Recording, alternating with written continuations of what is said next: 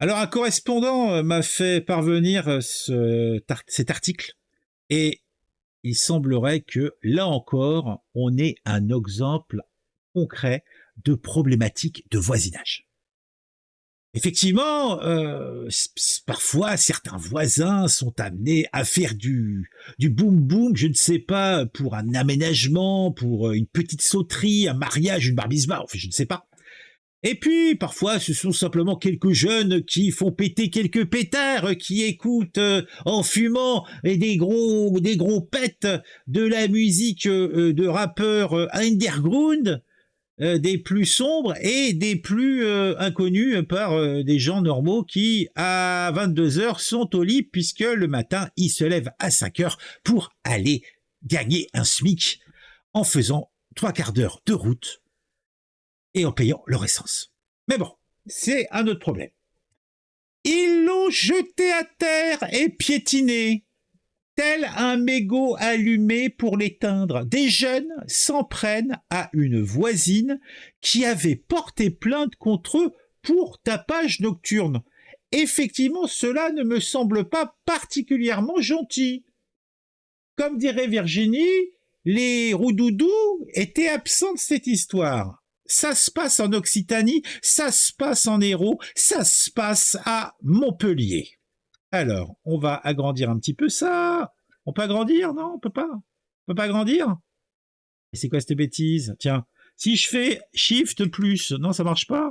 Ah, c'est Contrôle plus qu'il faut faire. D'accord. Hop là, pouf, voilà. Ah, j'ai un chaton dans le gosier. Tiens, on agrandit en bas. Allez, on agrandit encore. Ah, c'est folie. Ah, c'est grand. Oh, c'est grand. Le conflit de voisinage dure depuis l'hiver. Mais c'est le 20 juillet 2023. C'est il y a 2 jours à peine. Les mises en cause, c'est-à-dire les petits jeunes qui ont, je vous le répète, ils l'ont jeté à terre et piétiné comme un mégot de cigarette allumé pour l'éteindre. Eh bien, peut-être qu'ils souhaitaient aussi éteindre leur voisine. C'est pas beau, c'est pas propre. En tout cas, les mises en cause en sont venues aux mains, et je dirais même aux pieds. Un groupe de jeunes ont agressé leur voisine résidant à Nézignan-l'Évêque, à côté de Pézenas, dans l'Hérault. Alors déjà, ça sent pas la grosse ville. À Nézignan-l'Évêque, commune de 1700 habitants située dans l'Hérault, un conflit de voisinage occupe la place du village. Ah ouais, non mais quand tu commences à rouer de coups les gens, je pense qu'on a dépassé le simple conflit de voisinage. Là, on est plutôt, c'est la guerre civile, quoi. C'est le Bangui-Chari, c'est le Yémen, c'est la retraite du Tonkin. Voilà, pour le moins. En janvier 2023, l'une des 3 maisons de la place a été achetée par une jeune femme de 23 ans. Ah, encore une bobo de la ville qui vient s'installer. Ah, qui ne supporte pas d'entendre le bruit des chèvres, les jeunes qui font des pétards et qui écoutent du rap fort tard dans la nuit. En tout cas, cette jeune femme de 23 ans s'installe. Et elle achète une maison, déjà, elle a un emploi pour pouvoir avoir un crédit. Déjà, elle a du pognon. Peut-être qu'en plus, il y a de la haine envers les riches. Je ne sais pas. Je m'avance peut-être un peu. Peut-être que l'article va nous expliquer tout cela. Donc, je reprends. En janvier 2023, l'une des 3 maisons de la place a été achetée par une jeune femme de 23 ans. Est-ce qu'on a une photo? Elle était mignonne. Ses habitudes perturbent la tranquillité et la sécurité des 2 autres habitants. Ah bon? Ah, c'est elle qui fait du vilain? C'est elle qui fait du pas beau? Mais quelle est c'est sans doute une vendeuse de crack qui s'était dit à un marché 1700 habitants, moyenne d'âge 50 ans, et je suis sûr qu'ils seront des acheteurs compulsifs. Donc, c'est cette jeune femme de 23 ans qui a acheté cette maison qui fait du vilain, qui fait du pas beau. Ses habitudes perturbent la tranquillité et la sécurité des 2 autres habitantes, âgées d'une 50aine d'années. Donc, on est sur cette place du village avec 3 maisons, avec 3 femmes de 3 générations différentes. Alors, ce qui aurait dû les rassembler, cette fraternité, ou comme on dit quand c'est des femmes, cette sororité aurait dû les rapprocher et ça les a éloignés. L'une d'elles, Nathalie C., 52 ans, est propriétaire d'une résidence secondaire sur la place du village. Déjà, ce n'est pas sa résidence principale, c'est une nantie. Comme dirait Jean-Luc, il faut prendre sa maison, cette résidence secondaire, pour la donner aux pauvres ou aux migrants. En fait, vous faites ce que vous voulez, mais pour la donner, elle possède trop. Rends ton bien, gourgandine. Depuis l'installation de la jeune femme cet hiver dans la maison voisine, elle déchante. C'est toujours le même système. Clémentine ouvre sa maison, invite 10 personnes qui rentrent et sortent avec à boire sur la place, à brailler, à mettre des déchets partout. C'est l'incivilité totale, parfois avec de la musique à fond, mais juste le bruit des voix, ça fait une vraie nuisance. Nathalie C., victime d'un conflit de voisinage. Victime d'un conflit de voisinage, le terme est un petit peu léger quand, je vous le répète, ils l'ont jeté à terre et piétiné.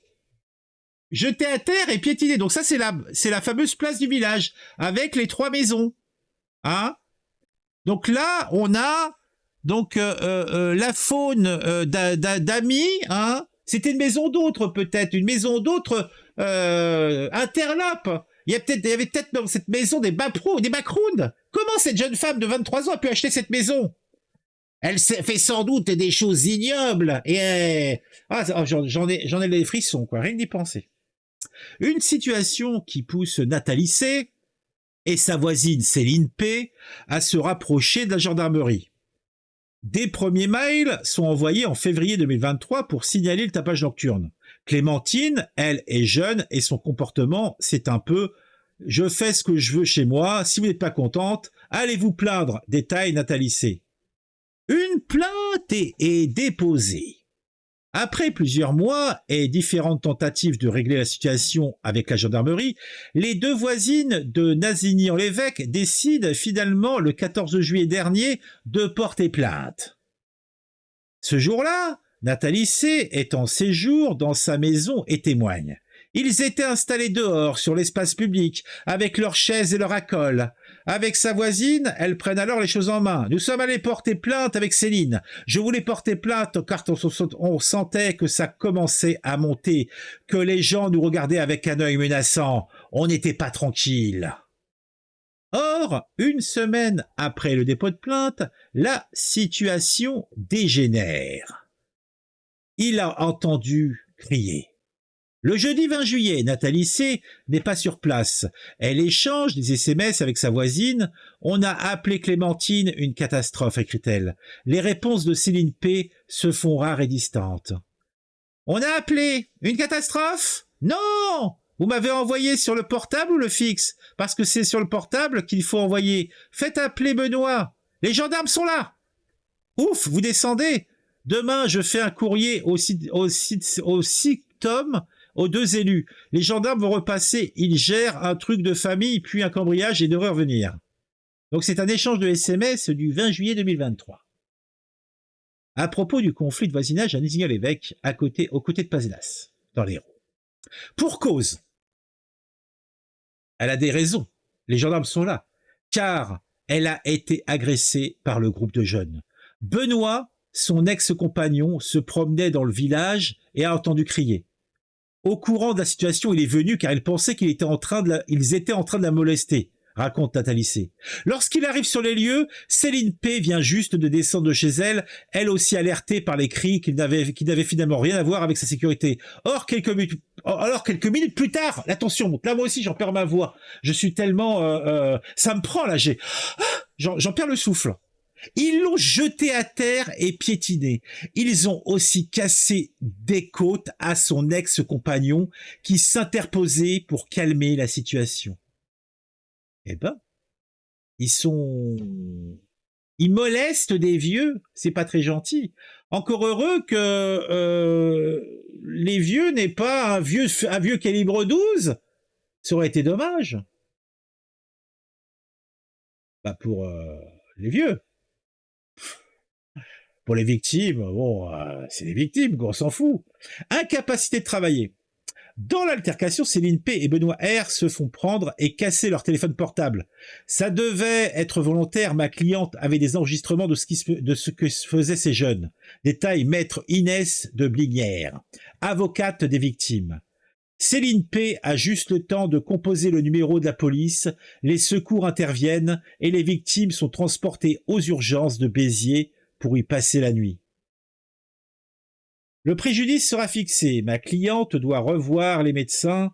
Elle a des béquilles et très mal au genou. On craint qu'il y ait une aggravation de son état physique. C'est une déclaration de Inès de Blinière, avocate au barreau de Paris en charge des victimes. Céline P est auxiliaire de vie. Et on sait l'importance des genoux pour une auxiliaire de vie. Porter, déposer, soulever des malades, les aider à se remettre dans le lit. On sait qu'une auxiliaire de vie n'a pas une vie facile. Elle a 4 personnes à sa charge. Elle se lève à 4 heures tous les matins pour aller donner 4 petits déjeuners et dîners. Sans elle, ils n'ont pas d'autre solution. Raconte Nathalie C., l'ex-compagnon de la victime et chauffeur-livreur de métier. Mais Inès de Blinière détaille, mes clients sont en incapacité de travailler, ils sont touchés au niveau physique, mais aussi au niveau psychologique, ils sont extrêmement choqués. Bah oui, parce qu'ils vivent toujours à côté de leur agresseur. Céline P a déposé une plainte contre le groupe de jeunes le 22 juillet 2023. La plainte sera transmise au parquet de Béziers qui décidera ou non d'ouvrir une enquête et d'auditionner les auteurs présumés de violence. Nous suivrons cette affaire.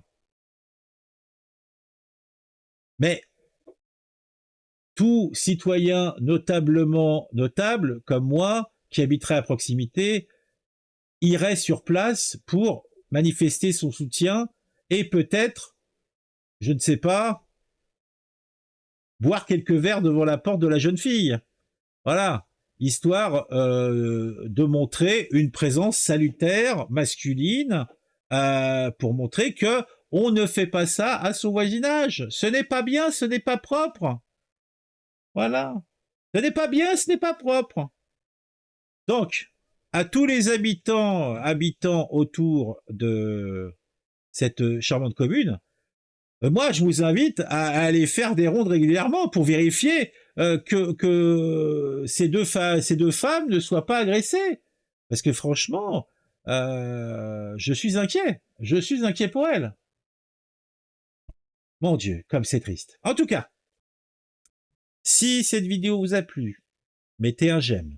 Si vous aussi, vous avez été confronté à la méchanceté de jeunes propriétaires avec trop d'amis sur une petite place d'un petit village, et que vous aussi, vous avez été victime de cette jeunette insolente qui fume des matières, je ne sais pas, en buvant de l'alcool jusqu'à fort tard dans la nuit, alors que vous devez vous lever à 4 heures pour aller turbiner.